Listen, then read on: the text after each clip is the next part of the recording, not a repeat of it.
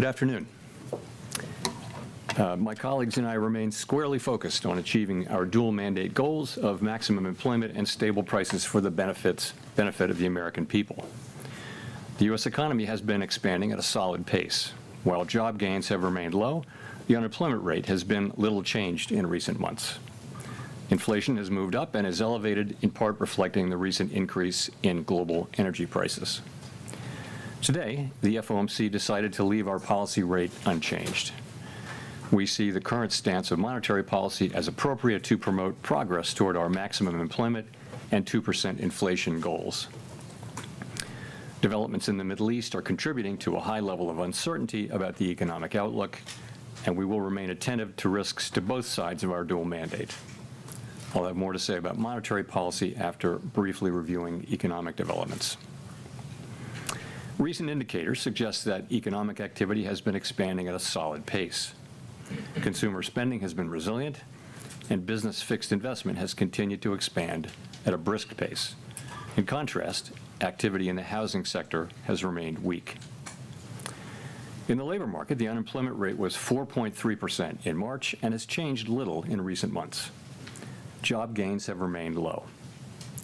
A good part of the slowing in the pace of the job growth over the past year reflects a decline in the growth of the labor force due to lower immigration and labor force participation, though labor demand has clearly softened as well. Other indicators, including job openings, layoffs, hiring, and nominal wage growth, generally show little change in recent months. Inflation has moved up recently and is elevated relative to our 2% longer-run goal. Estimates based on the Consumer Price Index and other data indicate that total PCE prices rose 3.5% over the 12 months ending in March, boosted by the significant rise in global oil prices that has resulted from the conflict in the Middle East. Excluding the volatile food and energy categories, core PCE prices rose 3.2% over the 12 months ending in March.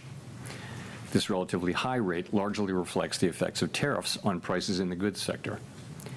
Near-term measures of inflation expectations have risen this year, likely because of the substantial rise in oil prices. Most measures of longer-term expectations remain consistent with our 2% inflation goal. Our monetary policy actions are guided by our dual mandate to promote maximum employment and stable prices for the American people. At today's meeting, the committee decided to maintain the target range for the federal funds rate at 3.5% to 3.75%. The economic outlook remains highly uncertain, and the conflict in the Middle East has added to this uncertainty. In the near term, higher energy prices will push up overall inflation. Beyond that, the scope and duration of potential effects on the economy remain unclear, as does the future course of the conflict itself. We will continue to monitor the risks to both sides of our dual mandate. We are well positioned to determine the extent and timing of additional adjustments to our policy rate based on the incoming data, the evolving outlook, and the balance of risks. Monetary policy is not on a preset course, and we will make our decisions on a meeting-by-meeting basis.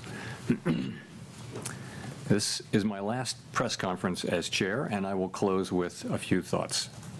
First, I want to congratulate Kevin Warsh on his advancement out of the Senate Banking Committee this morning. This is an important step forward, and I wish him well as that process continues.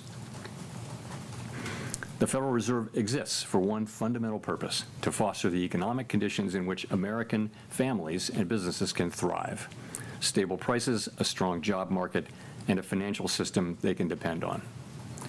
Every decision we make, whether about interest rates or regulatory and supervisory matters or other issues, is made in service of that purpose. Our decisions reflect the collective judgment of the Board of Governors and the Federal Open Market Committee, colleagues who demonstrate analytical rigor, principled judgment, and a genuine commitment to the public interest. Our collaborative and deliberative process has long reflected a shared commitment to finding common ground in service to our mission. This institution is resilient, capable, and staffed by professionals of extraordinary talent and exceptional dedication. It has been a privilege to serve alongside so many great public servants at the Board of Governors and around the Federal Reserve System. The Fed's work is only as effective as the public's understanding of it, and you, the press,